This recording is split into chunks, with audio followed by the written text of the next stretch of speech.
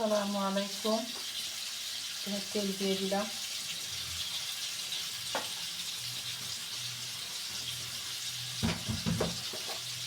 কিছু পেঁয়াজ দিয়ে দিচ্ছি,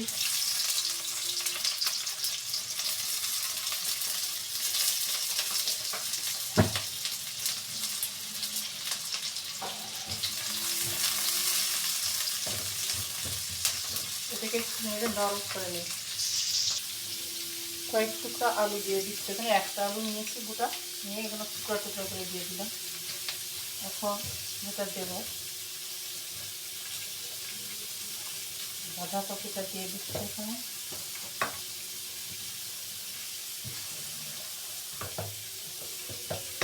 লবণ ছিটিয়ে দিলে তাড়াতাড়ি নরম হয়ে যাবে জিনিসটা।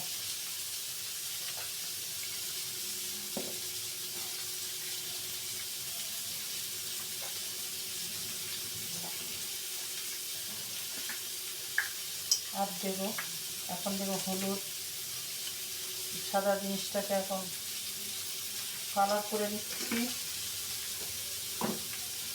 দেবো মরিচের গুঁড়া,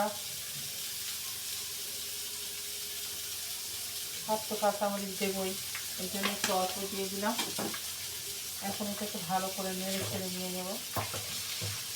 আর ঢাকনা দিয়ে ঢেকে দিলে পানিতে ভরেও যাবে, এটা যেহেতু পাতা জিনিস পানি,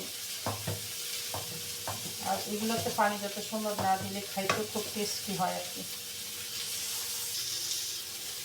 বেশিও না, সাথে সামান্য আদা দেবো, এখন খুব বেশি দেবো না, কারণ পাতাটা নরম হয়ে গেলে একেবারে ছোটো হয়ে আসবে। বেশি আদা হলে আবার ঘ্রাণটা অন্যরকম হয়ে যায়, খাইতে স্বাদ থাকে। খুব পর্যায়ে আমি এখন পানি দিয়ে দিচ্ছি,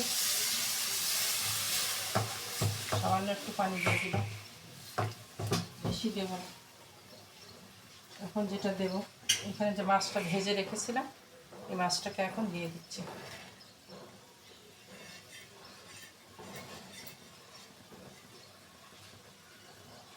যেহেতু পাতা তো বেশি সময়ও লাগবে না।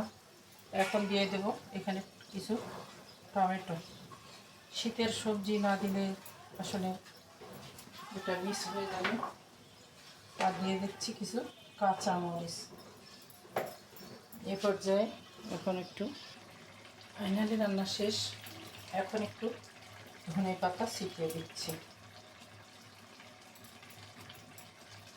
তো 12 মাসি পাতা, কখনো দাম বেশি তো কখনো দাম কম।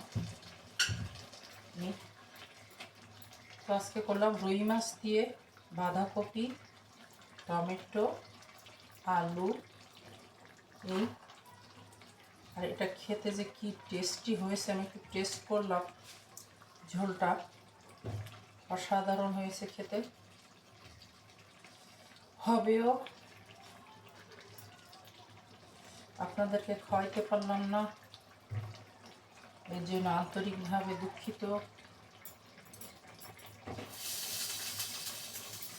আসসালামু আলাইকুম, আল্লাহ হাফেজ। সবাই সুস্থ থাকবেন,